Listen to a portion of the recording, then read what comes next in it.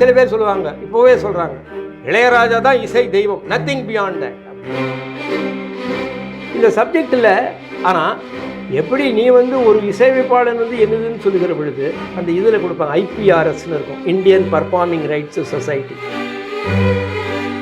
அவர் சொன்ன வார்த்தை என்னால் மறக்க முடியும். அது அவரால் தான் சொல்ல முடியும். அதற்காக நான் கை கும்பிடுகிறேன். அண்ணே, நீங்கள் போட்ட எச்சல்னே நாங்கள் பண்ணுற பாட்டு. தமிழ் ஜனம் நேயர்களுக்கு வணக்கம். இன்று நம்மோட இணைந்திருக்கும் சிறப்பு விருந்தினர் மூத்த பத்திரிகையாளர் திரு வாமனன் அவர்கள். அவங்க கிட்ட நம்ம நிறைய விஷயங்கள் பேச போறோம். சார் வணக்கம். வணக்கம். எப்படி இருக்கீங்க sir? First class. How are you? I am doing good. Sir, இப்போ வந்து பார்த்தோம்னா இப்போ இளையராஜா இஷ்யூ பயங்கரமா போயிட்டு இருக்கு. காப்பிரைட்ஸ் கிளைம் பண்றாரு அப்படின்னு சொல்லிட்டு நிறைய மூவிஸ்லாம். அந்த காலத்துல இளையராஜா மற்ற இசையமைப்பாளர்கள், எழுத்தாளர்கள் கூட எல்லாம் எந்த மாதிரியான நட்புறவுல இருந்தாரு சார்? இப்போ நீங்கள் இளையராஜா மற்றவர்களோடு எப்படி நட்புறவில் இருந்தார் அப்படின்னு கேட்டால், ஒரு சின்ன சம்பவம் சொல்கிறேன். எல்லாரையும் நான் கவர் பண்ண முடியாது, ஒருத்தரை சொல்கிறேன். அதாவது கண்ணதாசன். இப்போ இளையராஜா போன்ற புதிய இசையமைப்பாளர்கள் வருகிற பொழுது எம்எஸ் விஸ்வநாதனுடைய ராஜ்யத்திலே முக்கியமான கவிஞராக இருந்த அவர் தான் அடிபடுறதுக்கு வாய்ப்பு இருக்குது. ஆனால் அவரை இளையராஜாவை கொண்டு வந்தவரே பஞ்சு அருணாச்சலம் தான். பஞ்சு அருணாச்சலம் வந்து இவருடைய அண்ணன் மகன் தாங்கிறது வேற. அப்படி இருக்கும்பொழுது ஒரு நாள் இளையராஜா ஒரு விழாவுக்கு போகிறார். அந்த விழாவிலே கவிஞர் கண்ணதாசன் முதல் அந்த வரிசையிலே அமர்ந்து கொண்டிருக்கிறார். அப்போ அவரை பார்த்தோன்னே இவர் வந்து வணக்கம் சொல்கிறார். அண்ணே நல்லா இருக்கீங்களா அப்படின்னு கேட்குறார். அப்போ கண்ணதாசன் என்ன தெரியுமா சொல்கிறார்? ராஜாக்கள் கண்டுகொள்ளாத போது கவிஞர்கள் எப்படி நன்றாக இருக்க முடியும் அப்படிங்கிறார். அது இளையராஜா. ராஜாக்கள் தான் அந்த காலத்தில் ராஜாக்கள்லாம் கவிஞர்களுக்கு இது கொடுப்பாங்க, பரிசுகள் கொடுப்பாங்க. அதை அது ஒரு சேடை பண்ணி நீ இளையராஜா, அந்த காலத்து ராஜா, புலவர்களுக்கு ராஜாக்கள் கொடுப்பது போல நீ இந்த கவிஞனை நீ கண்டுகொண்டால் நான் நன்றாக இருப்பேன் அப்படிங்க. அவர் அப்படிலாம் சமத்காரமாக பேசி தனக்கு நலம் விளைவித்து கொள்ளக்கூடியவர் அல்ல. ஆனால் இது நடந்ததை நேரில் பார்த்தவர் என்னிடம் சொன்னார். அதனால அப்படி கேட்குறார். அப்படி கேட்டோடனே இவர் ஒரு பாட்டுக்கு உட்காந்துருக்கார். உட்காந்துருக்கும் பொழுது சொல்கிறார், இந்த பாட்டுக்கு யாரை எழுத சொல்லலாம்? அப்படின்னா மெட்டு போட்டு தான் அவர் அதிகமாக எழுத சொல்கிறது இல்லையா? அதனால் இந்த இப்போ யாரை எழுத சொல்லலாம் அப்படின்னு யோசனை பண்ணும்போது நாம் கவிஞரையே எழுத சொல்லலாம் அப்படின்னு நினச்சி ஒரு முடிவுக்கு வந்து அவர் வந்து கவிஞரை கூப்பிடுங்கள் அப்படின்னு சொல்கிறாங்க. அப்போ கூட இருந்தவங்க கேட்குறான், கவிஞர்னா எந்த கவிஞர் அப்படின்னு. அப்போ அவர் சொல்கிறாரு, கவிஞர்னா ஒருத்தர் தான். ஏன்னா கவி அரசர், கவி பேரரசர், கவி சக்கரவர்த்தியெல்லாம் வேற ஆள் இருக்கலாம். கவிஞர் அவர் நம்ம கவிஞர், அவர் கண்ணதாசன் அவர்கள் தான் என்று இளையராஜா அவர்கள் வியாக்கியானம் சொன்னார். எப்போ? 1977, 78 அந்த காலகட்டத்திலேயே. அப்போது அவர் கொஞ்சம் லேட்டாக தான் அவர் வந்ததுனால கண்ணதாசன் அப்படிங்கிறவுடைய கவிஞருடைய வீச்சு அவருக்கு நன்றாக தெரியும். ஸோ அந்த விதத்தில் இன்னொரு கவிஞரான பஞ்சு அருணாச்சலம் தான் அவரும் பஞ்சு அருணாச்சலமும் அந்த காலத்தில் பார்த்தா அற்புதமாக இருக்கும். என்ன பாட்டு? பொன்னெழில் பூத்தது புதுவானில் வெண்பனி தூவும் நிலவேனில். இந்த பாட்டை எழுதினவர் பஞ்சு அருணாச்சலம். அந்த பஞ்சு அருணாச்சலம் தான் இவர் அன்னைக்கிளியில் இன்ட்ரடியூஸ் பண்ணுறார். ஆகவே உயர்ந்த கவிதை எழுது, உயர்ந்த எப்படி இருக்கணும் அப்படிங்கெல்லாம் தெரிஞ்சு தான் அவர் வந்தார். அதனால் அவருக்கு யாரும் கவிதையினுடைய பாடல் வரிகளினுடைய முக்கியத்துவத்தை குறித்து அவர் பாடம் மற்றவர்களிடம் கற்க வேண்டிய நிலையில் இல்லை. ஆகவே அவர் கவிஞர்களுடைய பெருமையை, கவிதையினுடைய பெருமையை, ஒரு இசைக்கு எந்த கவிதை இருக்க வேண்டும் என்றெல்லாம் தெரிந்து, ஏன்னா நீங்கள் யோசனை பண்ணணும், அவர் அவங்க அண்ணனோட பாவலர் வரதராஜனோட அவங்க பாடுகிற பொழுது பாடல்கள் எல்லாம் அங்கே போய் ஒரு கம்யூனிஸ்ட் பாடல்களை பாடுவார்கள். அந்த மெட்டுக்கள்லாம் எப்படி இருக்கும்னா நம்ம பழைய விஸ்வநாத ராமமூர்த்தி, மகாதேவன் போட்ட மெட்டுக்களில் தான் இருக்கும். அந்த மெட்டுக்களுடைய பெருமை, அதுக்கு எப்படி பாடல் வரி கரெக்டாக பொருந்தணும் அப்படிங்கிறதெல்லாம் தெரிஞ்சதுனால அவர் பொறுத்த மட்டும் கவிஞர்களை மதிக்கக்கூடிய அளவிலே தான் இருந்தார் அப்படிங்கிறது இதுலேருந்து நம்ம தெரிஞ்சுக்கலாம்.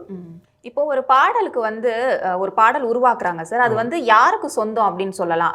இசையமைப்பாளருக்கா, இல்லை பாடலாசிரியருக்கா, இல்லை அந்த பாட்டை தயாரித்த தயாரிப்பாளருக்கா? யாருக்கு இந்த பாட்டு சொந்தம்? நல்ல கேள்வி, நல்ல கேள்வி. இதுக்கு ரொம்ப சின்னதாக சொல்கிறேன். இந்த லதா மங்கேஷ்கர் இதுக்கு எங்களுக்கெல்லாம் அந்த ராயல்ட்டி காட்டலாம். அப்போது முகமது ரஃபி என்ன பண்ணார்? அவர் ரொம்ப இந்த சோல், சிம்பிள் சோல், அவர் சொல்கிறாரு, அவன் காசு கொடுத்துட்டான், நான் பாடி கொடுத்துட்டேன், இன்னும் அவளுந்து தான். அதுவும் அவங்களுக்கு லதா மங்கேஷ்கர் வந்து முகமது ரஃபியினுடைய ஒரு இதையே ஃபினிஷ் பண்ணாங்கன்னு சொல்லுவாங்க. அது வேறு ஒரு கதை இருக்குது, அதுக்குள்ளே நான் போகல ஒரு டைமுக்காக. அப்படி சொல்லுவாங்க. யாருக்கு சொந்தம் ஒரு பாட்டு அப்படின்னு பார்க்கும் பொழுது என்னை பொறுத்த மட்டும் அது இப்போ நான் சொல்கிறது தான் கடைசின்னு சொல்ல முடியாது. ஏன்னா இது என்ன ஆகுதுன்னு கேட்டால், நான் சொல்கிறத பார்த்தா யாருக்கு சொந்தம் அப்படின்னு, ஃபார் எக்ஸாம்பிள் இப்போ ஒருத்தனுக்கு நிலம் சொந்தமாக இருந்தது, நிலத்தை உழுபவர்கள் இருந்தார்கள், உழுபவனுக்கே நிலம் அப்படின்னு ஒரு காலத்தில் கொண்டு வந்தாங்க. ஏன்டா என்ன தாத்தா வாங்கினதா சேடா இது, அவன் தாத்தா வாங்கினாரு, அவரோட நீயும் போ, இல்லை நாங்கள் எங்களுக்கு தான், நாங்கள் தான் உழைச்சிருக்கோம், நாங்கள் தான் உழைச்சோம், இது எங்களுக்கு தான். அப்போ உலகமெல்லாம் கை தட்டுது, ஆஹா ஃபஸ்ட் கிளாஸ் ஃபஸ்ட் கிளாஸ்ன்னு. ஏன்டா அவனுடைய சொத்து தானேடா அதுன்னு. சொத்து நான் நீ பிறக்கும் போதே அது தூக்கின்னு வந்தியா அப்படின்னு கேட்பான். So this is a very difficult, it is a space fraught with lot of technical things. இப்போது நீ ஒரு பாடலை நான் ஒன்று ஆரம்பிக்கிறேன்னு வச்சுக்கோங்க, நான் ஒரு பத்திரிகைக்கு ஒரு ஆர்டிக்கல் எழுதுகிறேன். அப்போது அந்த பத்திரிகையில் நான் சொல்கிறேன், இதை பாருப்பா நான் ஆர்டிக்கல் உனக்கு எழுதுகிறேன், நீ எழுதி இந்த தடவை உனக்கு கொடுத்துட்டேன், இதுக்கு மேலே நான் என்னெல்லாம் அதை பண்ணுவேங்கிறது எனக்கு சொந்தம், நீ இந்த தடவை உனக்கு நீ அதுக்கு ஏதாவது காசு கொடுப்ப, அதுக்கப்புறம் என்னது அப்படின்னு நான் லீகலி அவனுக்கு எழுதி இதை ஒத்துக்கிட்டா தான் நான் எழுதுவேன்னு சொன்னேன்னு வச்சுக்கோங்க, அவனும் ஒத்துக்கிறான்னு வச்சுக்கோங்க, அப்போ என்னது தான் எல்லாமே. ஆனால் அது சிலது இல்லை, அப்படி ஒத்துக்கலை. சில பேர் என்ன பண்ணுவான், ஒரு காலத்தில் ஒரு பெரிய பத்திரிக்கை, வார பத்திரிக்கைலாம் இருந்தது, அவங்களாம் என்ன பண்ண ஆரம்பிச்சிட்டாங்க, புத்தகம் போட ஆரம்பிச்சிட்டாங்க. அப்போது ஒரு பதிப்பாளர் என்கிட்ட அழுதார், சார் இவங்கெல்லாம் புத்தகம் போட்டால் நாங்கள் என்ன சார் பண்ணுறதுன்னாரு. ஸோ இப்படி ஒரு இது வரும். அப்போது இது எனக்கு தான் சொந்தம் அப்படின்னு இளையராஜா நீங்கள் சொல்கிறதுனால கேட்குறீங்கன்னு நினைக்கிறேன். அதே மாதிரி மிஸ்டர் இளையராஜா சொல்லாத அளவுக்கு நம்ம இதை அவ்வளவா வரல ஏஆர் ரஹ்மானை பற்றி. அதை பற்றி எனக்கு அதிகமாக தெரியாது, அதனுடைய டெக்னிக்கலாக I have not seen the agreements. But he would be very clever in saying that this tune for your Hindi film is yours. I will take that tune and put it in a different Telugu film or Malayalam film. It is mine. அப்போ does it not mean அந்த ஒரு tune நான் போட்டேன், அதை தமிழை நீ பயன்படுத்தின, ஆனால் மற்றபடி அந்த டியூன் என்னது தான் அப்படின்னு அக்ரிமெண்ட்டில் இருந்ததுன்னா, இப்போது சலீல் சௌத்ரி ஒரு மியூசிக் கம்பெனியில் சலீல் சௌத்ரியோடைய மியூசிக் வச்சுருந்தாங்க. அது எப்படி இருக்கும்னா, பெங்காலியில் ஒரு டியூன் இருக்கும், தெலுங்கில் அதே இருக்கும், மலையாளத்துலேயும் அது இருக்கும், தமிழ் வந்தால் அதே இருக்கும், 4 டியூன் ஒரே இடத்துல இருக்கும். அவர் அப்படியே தள்ளி விட்டுருவார் எல்லா இடத்துலையும். அப்போ என்ன அர்த்தம், உனக்கு டியூன் எல்லாம் கொடுத்தேன், ஆனால் நான் வெவ்வேறு இடத்துல வியாபாரம் பண்ணிட்டேன் அதை. அப்போ என்ன சொல்கிறான் அந்த இசையமைப்பாளர், இது என்னது, நான் அதை உனக்கு இந்த மொழியில் கொடுக்குறேன். அதுபோல் இது வந்து ஒரு டிஃபிகல்ட்டான ஒரு சப்ஜெக்டு.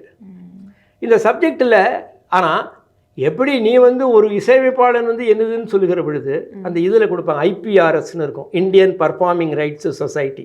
அந்த விஸ்வநாதன் என சில ஆண்டுகள் அழைத்து சென்று இருக்கிறார். அந்த மீட்டிங் பெருசாக நடக்கும்.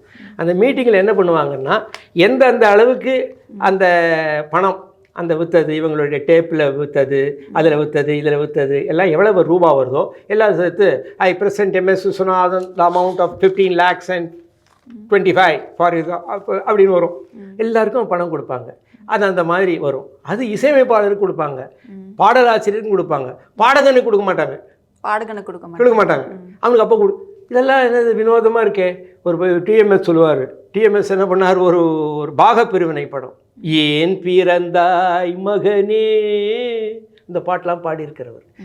அவர் வந்து 1959 அக்டோபர்லேயே அந்த படம் வந்தது. படம் 100 நாள் விழா நடக்குது, ஐ திங்க் உட்லேண்ட்ஸில். நடக்கும்பொழுது இவரும் போகிறார், நல்ல இதெல்லாம் கட்டிக்கிட்டு இதெல்லாம் போட்டு நம்மளை பாடியிருக்கோம், இவ்வளோ பாட்டு பாடியிருக்கோம் அப்படின்னு போகிறாரு. அவங்க எல்லாருக்கும் பரிசு கொடுக்குறாங்க, பின்னணி பாடல்களை எவனுமே கண்டுக்கல. ஒரு ஒரே கோவம். என்ன போனார், நேராக ஜிஎன் வேலுமணி, அவர் தான் ப்ரொடியூசர், அவரை பார்த்தாரு. அவரை பார்த்து காட்டார், நான் பாடின பாட்டெல்லாம் படத்துலேருந்து எடுத்துருங்க, அப்புறம் படத்தை பாருங்கள் எப்படி இருக்குது பாருங்க அப்படின்னு கேட்டார். அப்போ சொன்னார், இனிமேலாவது பின்னணி பாடகர்கள் கொடுங்க. இப்போ பின்னணி பாடகர்கள் அப்போ ஒரு பாட்டை உள்வாங்கி அந்த பாட்டை பாடுறாரு அவர்.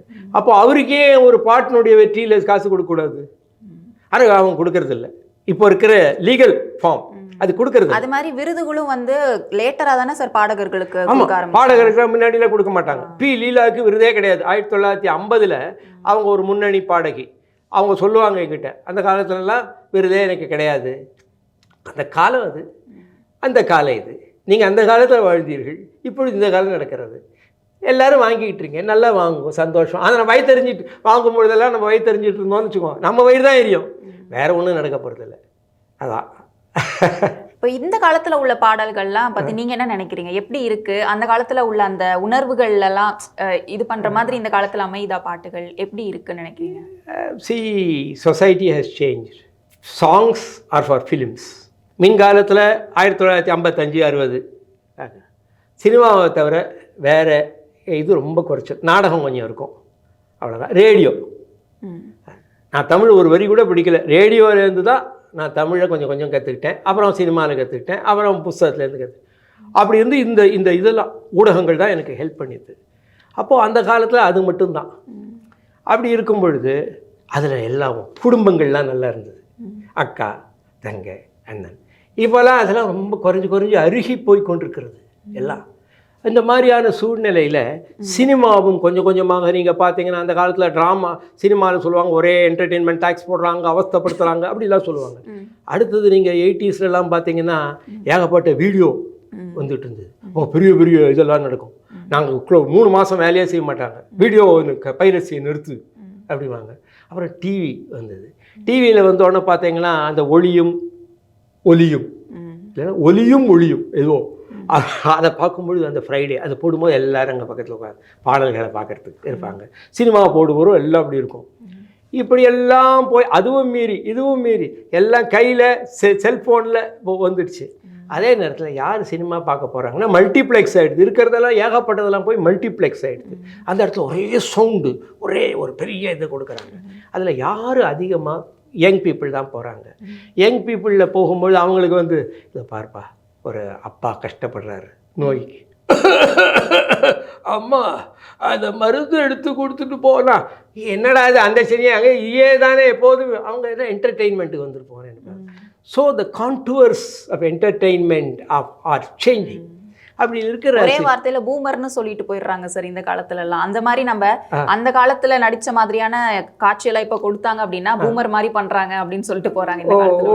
Okay, what is the actual meaning? I don't know. பூமர்னா அந்த காலத்துல உள்ள ஆட்கள் மாதிரி, பழைய ஆட்கள் அந்த மாதிரி. ஸோ அவங்க பழைய இதுன்னு நினைச்சிருவாங்க. ஸோ அது அப்படி இருக்கு. ஸோ மாறிய காலத்தோடு இருக்க இந்த காலத்தில் இருக்கிற சில பாடல்களையும் நான் ரசிக்கிறேன். நெட்ஃப்ளிக்ஸில் சில டிவி சீரியல்ஸ் எல்லாம் போடுவாங்க, அதுக்கெல்லாம் ஒரு இது போடிச்சிருப்பாங்க. ஆனால் எனக்கு என்ன வருத்தம் அப்படின்னா, இசை இப்போ என்ன மாதிரி ஆள் என்ன எடுத்தால், நான் விஸ்வநாதன் மகாதேவனுடைய காலத்தோடு நான் வந்தேன். நான் வந்த பிறகு நான் அதையே ஆராய்ச்சி பண்ணுறதையே என்னுடைய வாழ்க்கையாக ஒன்று எடுத்து ஒரு பெரிய lost my job, everything I did only this as my job. Because why? Apart from everything, a song transports me away from everything in this world. அது விஸ்வநாதனுக்கே நான் பாடல் எழுதி, சினிமாவில் ஒரு படத்தில் எழுதியிருக்கேன், ஆனால் பாடல் எழுதி அவரே என்ன கிரேட் பாய்ட் அப்படின்னு என்ன அடையாளம் கண்டு பண்ணியிருக்காரு. அதில் பாடும்போது அந்த பாட்டு இல்லை ஒரு இதில் விஸ்வநாதனை பற்றியே நான் அது வரிகள் சொல்லலாம், அது சொல்லலை. அப்படி அந்த பாடல் நம்மளை abstracts you from the entire universe and leads you to a great realm. அதில் ஓரளவுக்காவது எல்லாரும் உணர்வாங்க. நான் ரொம்ப அதில் டிஎம்எஸ் வாயிலாக அதை நான் உணர்ந்தேன்.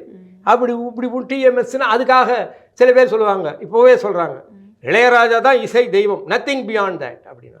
ஐ am a great fan of MSV, but I don't say MSV is the beginning and end of all. There's so many types of music, so many creating great possibility. அதில் சாதாரணமே நானே எம்எஸ்சியை பற்றி ஒரு பாடல் போட்டேன்.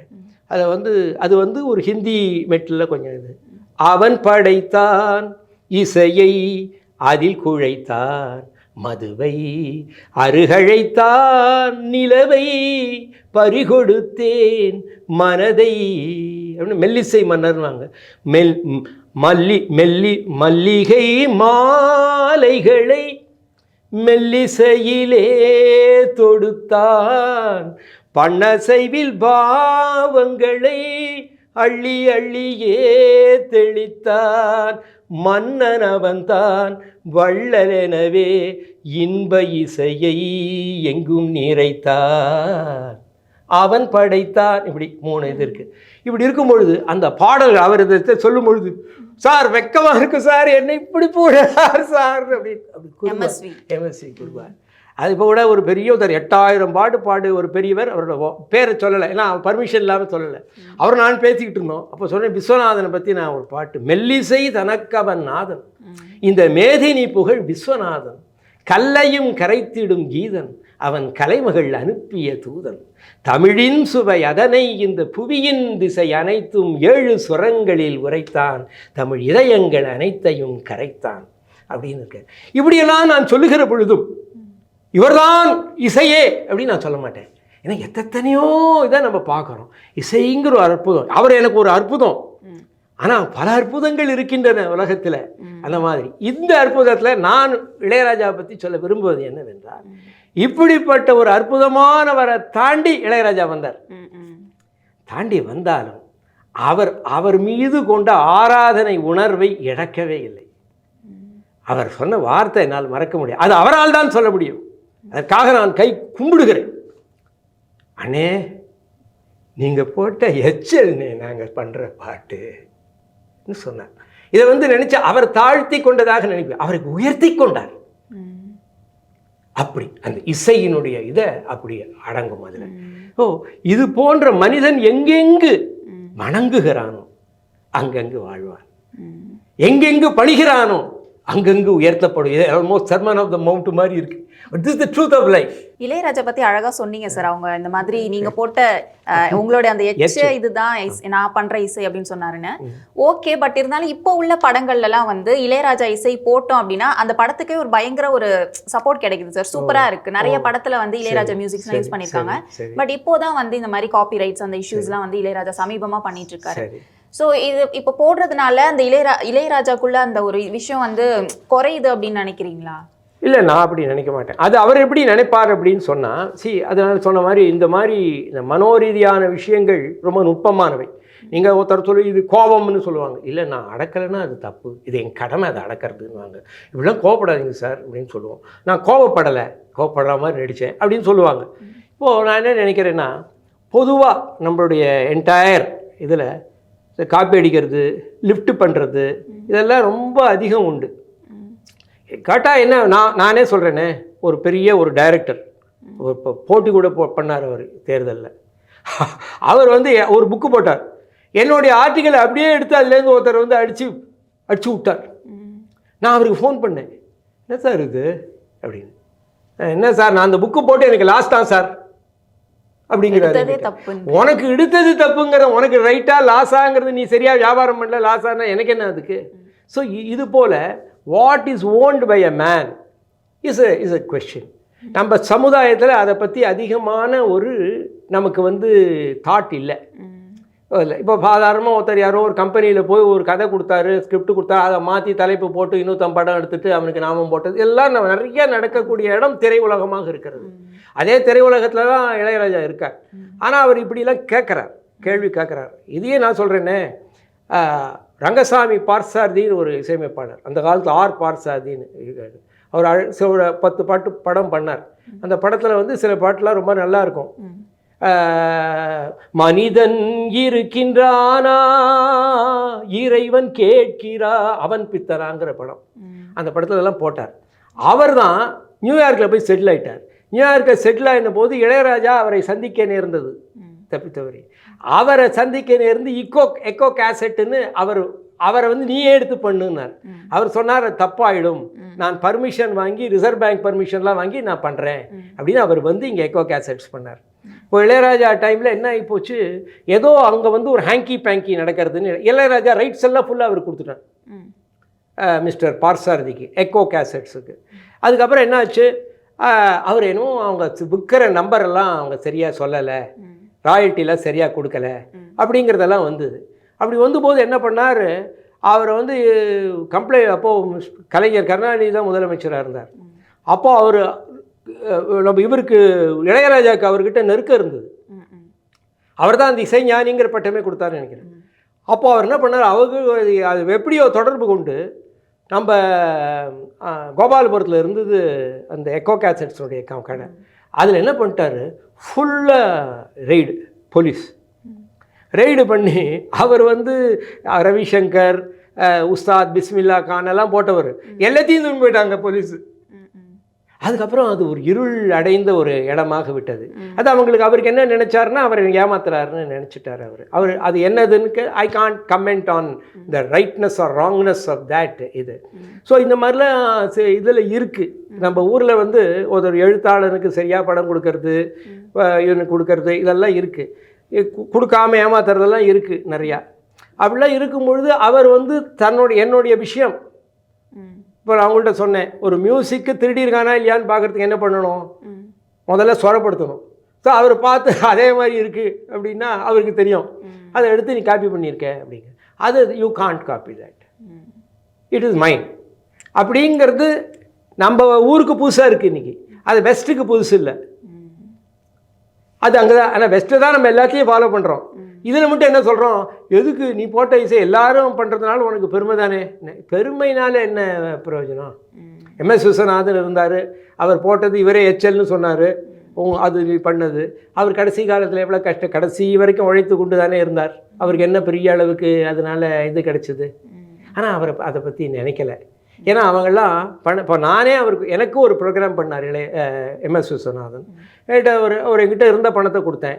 அதை கொடுத்துட்டு அதுக்கப்புறம் அவர்கிட்ட சொன்னேன், சார் இதை வந்து நீங்கள் இந்த லாங்குவேஜில் பண்ணிட்டேங்க, இதை நான் வந்து வேறு ஒரு இதாக பண்ணியிருக்கேன், இதை நீங்கள் எடுத்து நீங்களே அதை பணத்தை எடுத்துக்கோங்க ஃபுல்லாக. தொடவே இல்லை அவர். ஸோ அவருக்கு அந்த மாதிரி கமர்ஷியல் மைண்டே கிடையாது. அவர் ஏதோ நாங்கள் வரேன்ப்பா, நான் பாம்பாயில் ப்ரோக்ராமாக 5 லட்சம் கொடுத்துடணும், அதோட முடிஞ்சுது. அதுக்கு மேலே அவர் திங்க் பண்ண மாட்டார். பட் இவர் வந்து அப்படி இல்லை. இவர் வந்து